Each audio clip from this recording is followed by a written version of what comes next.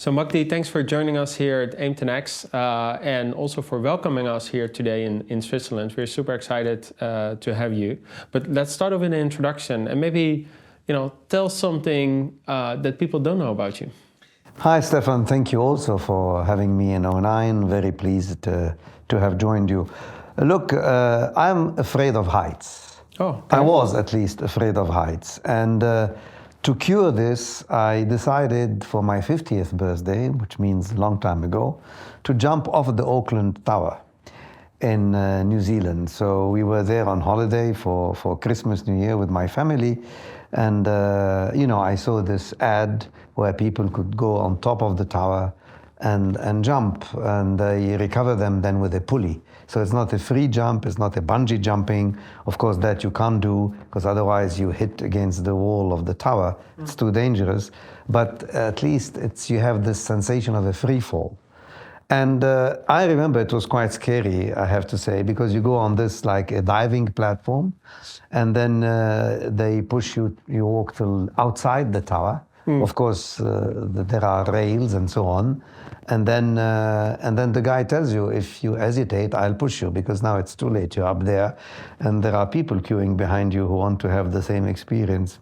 And I remember that's quite an experience. It was quite an experience. And going through with a free fall, and then watching people eating in the restaurant behind the glass and waving to them, and while you go down. And you have those funny reflexes that you start, I started with my feet to be very excited, because thinking that, you can recover yourself. It's like when you fall, you just want to do something, but you can't do anything, of course. But you trust the technology, few meters above the ground, of course, with this pulley system and the ropes, you're attached to ropes, they just slow you down, of course. And you land actually quite smoothly at the bottom. At that time, I remember my wife and my daughter thought I was crazy, so they went shopping. My son was smaller, and he came and he wanted to watch me. And he told me, why were you moving your legs all the time? And then there is a video, there is a certificate. And I have to say it helped a lot, because those were the days in the past I could not even walk at the edge of a mountain, because if there was a big valley or things like that. Now when I go snowshoeing in the mountain, I'm much more comfortable with that. So it has helped somehow, but it was one of those crazy ideas to celebrate my 50th birthday. So Love it, Magdi. Now, you recently retired after, amazing career at Nestlé. What's next for you? Look, I retired from Nestlé, as I always say, but I have not retired from an active life. I feel both intellectually but also physically, one needs to remain very active. And the difference, I guess, between now and a very busy life before is that I will not have more time, but I will have more freedom. And I think freedom is important, and picking and choosing what you want to do is also very precious at this moment in time. And so, as I said earlier, I'm happy to have joined '09. I feel it's the right platform. It's the right thing to do at the right time for companies, to link all these together, to connect the dots. And I'm happy to learn, but also to contribute. I think tools that have been used are very important for the industry in general in times of volatility. You need agility, you need flexibility. And so let's see how it goes, but very happy for the time being with the first days, I would say, or weeks as part of the '09 Council. Oh, absolutely. Now, Magdi, looking back at your career at Nestlé, what are some of the things that stand out in terms of what are you proud of in terms of achievements that you delivered over your long tenure at the company? I think the first thing I'm proud of is people, because I think through my career I contributed at least to develop people. And during my farewell parties, because I want, with my handover, with my successor, during the handover, I went through a lot of markets, of course, and factories and so on. But people who thank me after so many years because I contributed somehow to their career, to their development, to helping them become better individuals, probably privately, but mainly in a business environment. This makes me really feel very proud, because I think people are very important in an organization. But on the business side, of course, I feel very proud of what we have been doing during COVID. I think operations in Nestlé was very resilient during COVID. We were robust. Actually, some of our customers came to us for us to produce to them for their own private labels because we were more solid, apparently, than some of their own suppliers.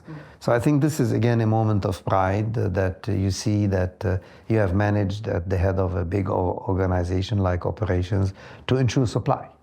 Take care, of course, of people's health and safety during difficult times that were COVID, but also ensure supply. I'm also very proud of the ESG sustainability path and roadmap of Nestlé. I think I have contributed to put in place a better governance. We have created an ESG strategy and deployment unit, which was not in the past anywhere to be seen. So this has helped coordinate all the efforts in the company.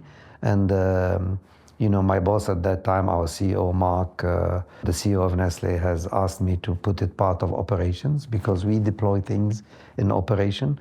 And part of that was, I think, the best-in-class carbon reduction roadmap that we have put in place. For a big company like Nestlé, if you think of it, the carbon footprint is, for Nestlé worldwide, is double the footprint of a country like Switzerland, where we are today. So these are not small numbers, but putting in place a roadmap and executing, not only putting a roadmap or saying things, but only putting a concrete action plan that reduces absolute carbon.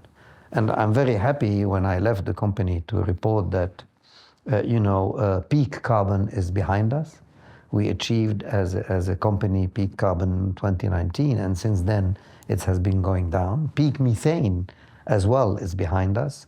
So having an absolute reduction, meaning you absorb the growth, because the company has been growing over those years, but you reduce in absolute terms your carbon, was, I think, a moment of pride as well. Many other things, but these are the three main highlights that I would like to talk about. No, thanks for sharing that. Now, Magdi, you're also the chairman of the supervisory board of IDH. Can you talk a little bit more about IDH and also how can other consumer products companies contribute? Look, I think you know well IDH. It's based in Utrecht. It's not far from where you live. Stefan is in your home country. IDH was created 15 years ago already by the Dutch kingdom to be able to have a better trade, more responsible trade. As you know your country better than I do. It's a country that imports a lot, exports a lot, so there is a lot of trade going on. And one of the challenges was how can we make that responsible? How can we do responsible sourcing? And how can we have a more sustainable trade? That's how IDH was created. I was called a couple of years back to chair this organization. I'm Swiss, and Switzerland is one of the funders. We have big donors. The Swiss government is one of them, but of course, the biggest one is the Dutch kingdom, but also the Danish kingdom and many others now in the European community. So I think the first strength of IDH over years was a convening organization. It's a platform that can bring people together, bring suppliers, companies, and even sometimes competitors, because this is a non-competing environment, is a pre-competitive environment. And through that, we can help improve trade, and more specifically, we have a focus on farmers. We have created recently, a year ago, under my chairmanship, 3 pillars. So we talk about IDH transforming markets, and based on 3 pillars: better jobs, better environment, and better income. And mainly, as I said, looking after farmers for main commodities: coffee, cocoa, palm oil, rice, sugar, tea, cotton, etc. So we have been active in all these, even bananas from a trading perspective. So, for example, as Nestlé, when I was heading operations in Nestlé, we have used IDH as a convening organization to launch our Cocoa Income Accelerator with suppliers, our cocoa suppliers, with cooperatives, with certification bodies that audit what we're doing, and with, of course, as I said, cooperatives, meaning farmers. And that's about helping to bridge the gap between the current income of farmers and the so-called living wage. So there are a lot of ways to contribute. A lot of companies can join through projects. We have boots on the ground. with IDH. So we have people on the ground conducting projects.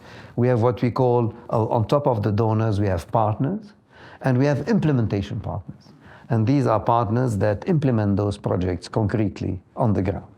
And I think it's a complex subject, be it living wage for farmers, be it regenerative agriculture, be it, all those new things that are meant to protect the environment but also improve the livelihood of people. It's a complex. So it's important that no company alone, no entity alone, even no non-for-profit organization alone can do that. So that's how we work in a very open manner on specific projects with a lot of companies that are like-minded and want to pursue similar outcomes. That's great. And I actually would love to double click on, and you mentioned that already, regenerative agriculture. We also know you're a big proponent of it and you've worked in this field a lot. Can you maybe describe to the audience, what is that all about and what are some of the best practices and techniques that you have seen being deployed successfully? Firstly, I have to say, we need to build whatever we do in agriculture on the experience of farmers. And it would be wrong to think that regenerative agriculture is something that is coming to destroy everything that was done before. Conservation agriculture and all what farmers have been busy with for years is very important and is a very good foundation. So when you introduce new techniques, to your point, or new practices, you need to do it with the full involvement, of course, of farmers. Because at the end of the day, a farmer has a P&L, is the P&L of the farm. And farm management is about financial management. The farmer needs to live from the farm. So now if you combine this with how can you do it more sustainably? And why this is important? Because over years, we, also companies and farmers, were targeting yield, productivity, cost competitiveness. But this, of course, could drain the resources. And if we don't take care of the environment, we will not be able to feed 9 billion people soon by 2040, 2050. So it is key for food security. That's how we need to look at it. We need to look at additional practices in farming that are important for food security, for the future. Now, what this is about? This is about not, unlike bio or organic, where unfortunately you lose a lot of productivity, and then you need more hectares to have the same quantity. And if you need more hectares, then if everybody would become bio or organic, we would not have enough to feed the world. And also you would need maybe to deforest. Because if you need more hectares, where do you take the land? And we do not want to deforest, because forests are very important for carbon capture. And actually, a lot of companies today, and we in Nestlé, when I was in Nestlé, and still continuing, the no deforestation journey is a very, very important journey. So how to do that? Well, you need to look at soil health. Why? Because it starts there. It's like the health of the human being. If soil is a good quality, then it will give automatically more. How can you improve soil health? You can improve soil health by doing what we call multi-cropping. It's wrong to say that a soil where you plant only one thing is good. Actually, you need to multi-crop. For example, from my Nestlé experience, we had experimental farms, but they became scaled up, where you have a coffee farm, let's say, and between 2 rows of coffee, you plant chili, you plant banana. So you make better use of the surface. You can't plant another coffee tree. That's how the nature of the land is, but you can plant other things.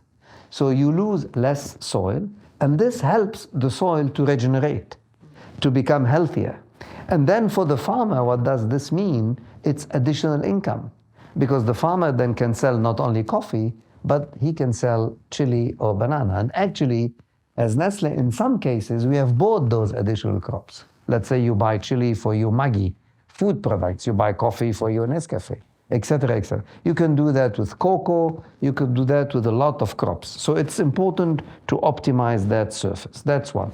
Secondly, is to use shade trees, because shade trees, they provide shade to the crop you want to protect. For example, in Brazil, on a recent visit in cocoa farms, you see a farmer, very successful farmer, planting rubber trees. And then rubber trees, they provide shade, but also they increase the yield. And the farmer was acknowledging himself that he's doing now more money selling rubber than selling cocoa. So you see, it's a win for the environment, for the soil, it's a win for the farmer, and it's a win for productivity. So in the beginning, this would require, of course, finances, because it would require some new practices. So there is what we call the transition cost. And this is where companies, together with banks, are trying to find a way how to make it easier on farmers during this transition. If you look, and I had the opportunity myself, because I like to be boots on the ground, this is not theory. You go and you cut a cube out of a soil that has better health, coming with regenerative practices. The soil is porous. It doesn't maybe look nice. It has a bit of, herbs and things like that, but it's a very good quality soil and it's porous. If you cut a cube of a soil that is not regenerative, done with regenerative practices, it looks like a full cube. It maybe looks nicer aesthetically, but actually is harder. So what does this do as well is that when you water the soil, the water will go into a porous soil. Hence, you need less water as well.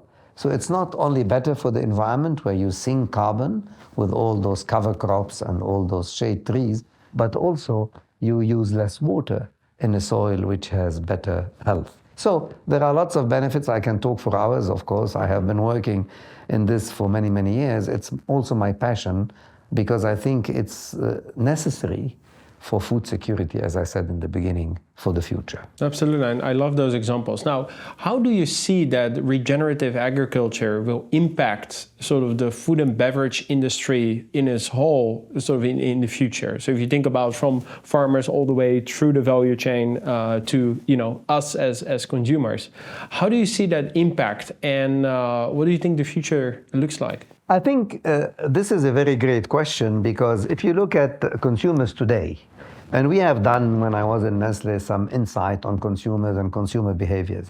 If you have surveys and ask consumers what you think about that, they will all say, 75% plus today. And in some geographies, maybe in the Netherlands, 100% of consumers will say, yes, we need to protect the environment. Yes, we need to have responsible products, yes. But only 25%, that's the same survey we have done, show that they are willing to pay one extra penny for that. Actually, consumers want it, and I'm a consumer, you're a consumer, but they don't want to pay for it. So hence there is a problem. As I said, those transition costs will cost something. If the consumer doesn't pick up, ultimately through branding and good communication through the brands, we need ultimately to bring the consumer to the party. Otherwise, this will be very difficult. But before we get there, this is all work is not sequential. I mean, it should be done in parallel. This will impact the whole value chain. Suppliers would need to integrate that. When we contacted our hundreds of suppliers when we started this journey to talk to them, that we would need to buy from them ingredients that are coming from regenerative practices. They thought, oh, this is additional cost. Yes, it's additional cost, but it's like the new standard. So do you want to be part of the future and get your act in order and start to understand what it takes and start to introduce that in your products as a supplier? And actually, we have made commitments when I was in Nestlé to buy a big percentage of our ingredients. It's a huge number, 14 million tons. We said up to 50% of this by 2030, we need to buy it from regenerative practices, and 20% by 2030, which is around by 2025. And we are today on a good path to reach there as Nestlé. So, but what does this mean? Bringing the supplier to the party.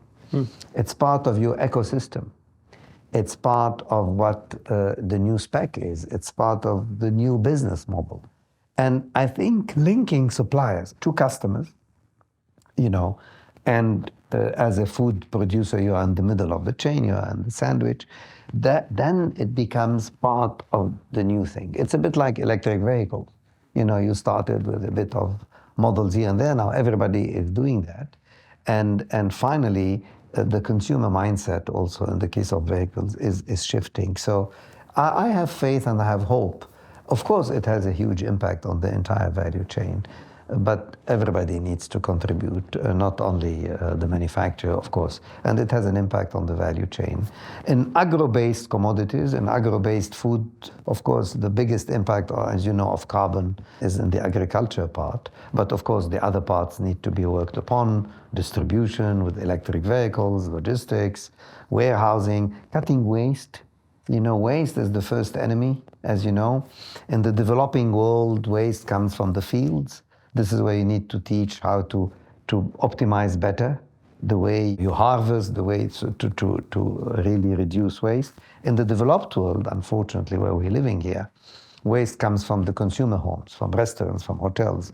So if waste was a country all over the world, it would be, I think, the second consuming country in the world. So this is huge. So also for food security and so being more sustainable means rethinking the value chain. Indeed, you're absolutely right. This is mind-blowing, actually, the number, the second largest country in terms of, consuming. But maybe one follow-up question, then go to a different subject.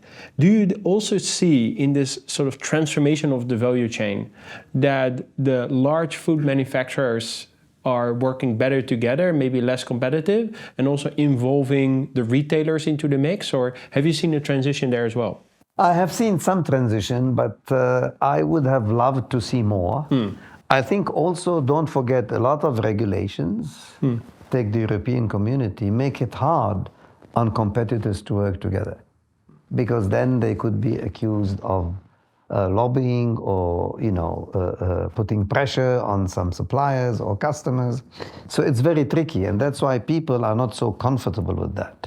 We talk a lot about pre-competitive, but I think we need to somehow also maybe let the regulation evolve, not to scare all those companies as soon as they start to talk to each other or start to work together.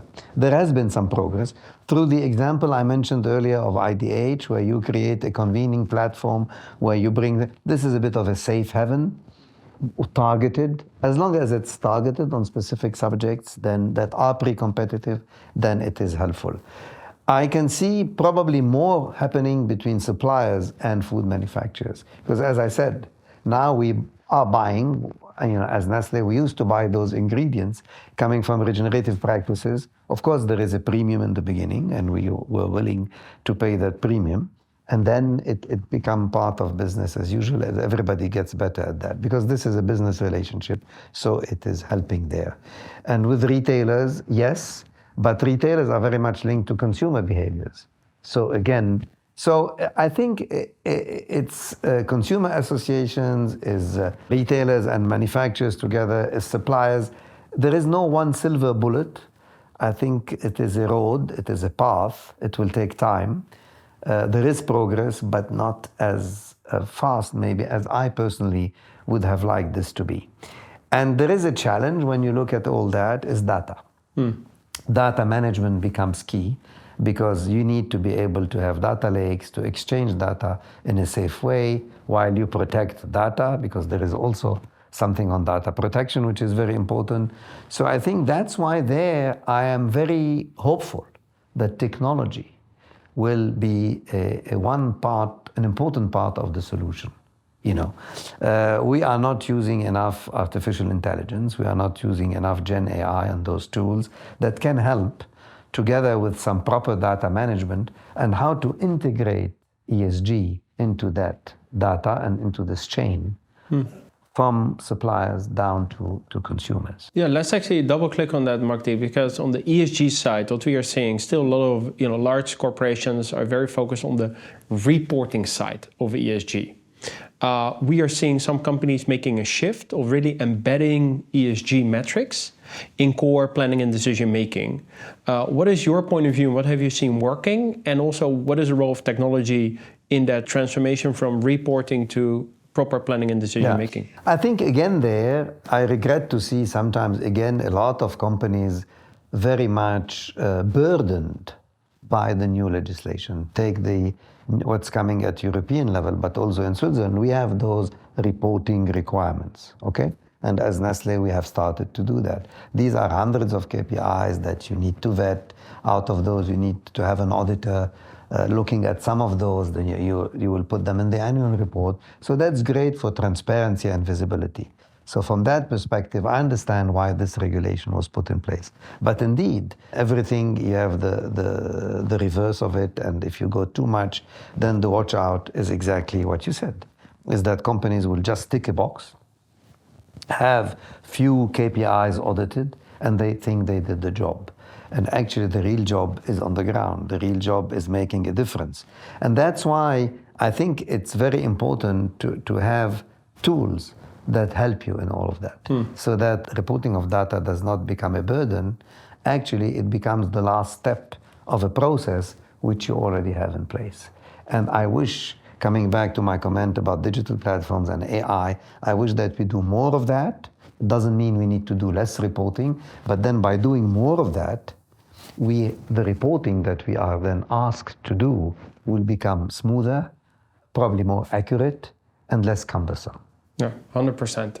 Maybe follow-up question on that. We talked about regenerative agriculture. We talked about ESG. In your mind, what are some of the things that could help accelerating the roadmap to those initiatives that you talked about? I think in a lot of cases, I was speaking about connecting the dots earlier. I think what can accelerate is to really connect the dots. And maybe I want to share with you a thought that on every panel, even in the COP28 last year, but also when I have those interviews, I make the point. For me, the supply chain terminology is outdated. I know in a lot of Anglo-Saxon countries, we talk about supply chain, we don't talk about operations. Why is it outdated? Because it's no longer a chain. It's not a chain. A chain is as strong as the weakest link. It cannot be like that, because today a consumer would want to connect not only with the company, but with the farmer, who is the supplier of the company. They want to know in a jar of Nescafe or in a pod of Nespresso where the coffee comes from. Who is making it, where does it come from, what's the farmer, blockchain technology and all of that, and you know all of this. So I think it's an ecosystem. It's not a chain anymore. Things are linked together.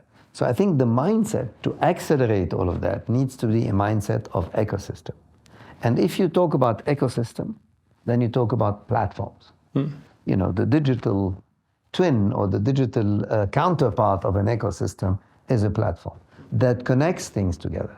And you were talking about planning. Yes, indeed. You cannot have any more now planning in a company without linking to the consumer pull and without linking to what the supplier is able or capable of manufacturing. And if we leave those dots unconnected, if we leave that mentality of it's sequential, which a chain is, I'm afraid it will hamper us. I think the right approach would be this ecosystem approach and powered by some digital platform that can connect the dots to help you make the right decision. I want to make a point here. It's not to replace the human being.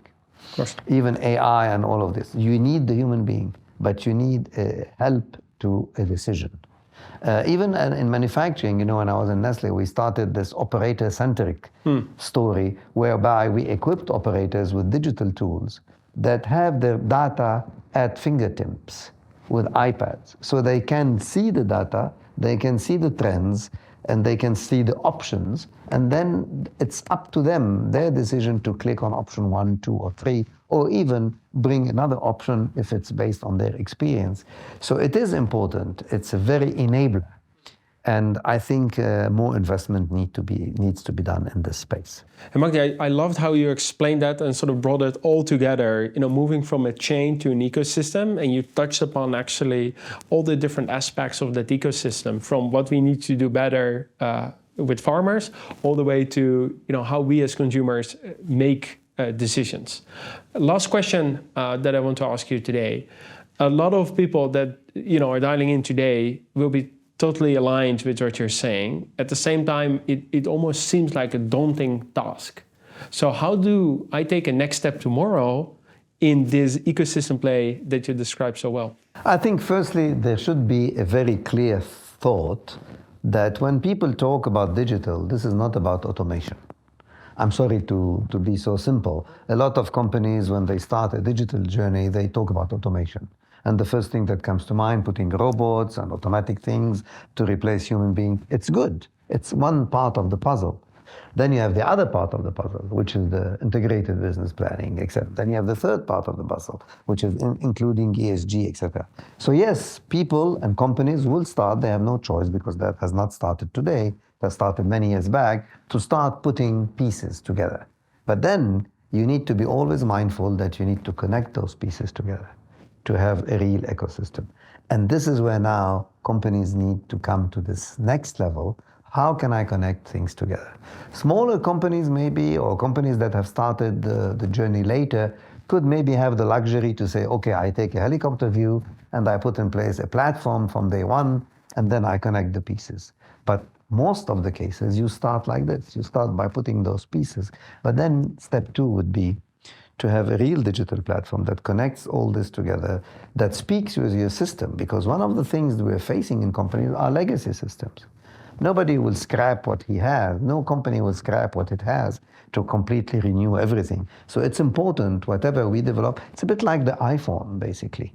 You know, for me, the easy analogy will be the iPhone. You have Apple Store and you have apps. The iPhone looks the same, but every iPhone is different because you use it the way you do. But you're not bothered because some of the apps talk to each other and you manage your life with your iPhone. And I think this is a very good example of how an ecosystem can be built. And I think in a company should be the same. You have your apps, you have a platform that can talk to your apps, talk to your legacy systems, and talk to the main thing, which is the data that comes along with this ecosystem, as I mentioned.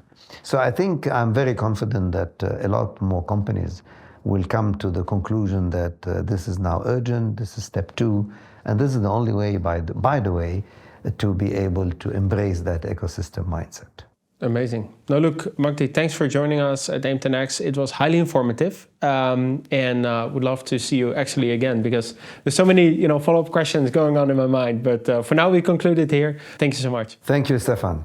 Amazing. Thank you.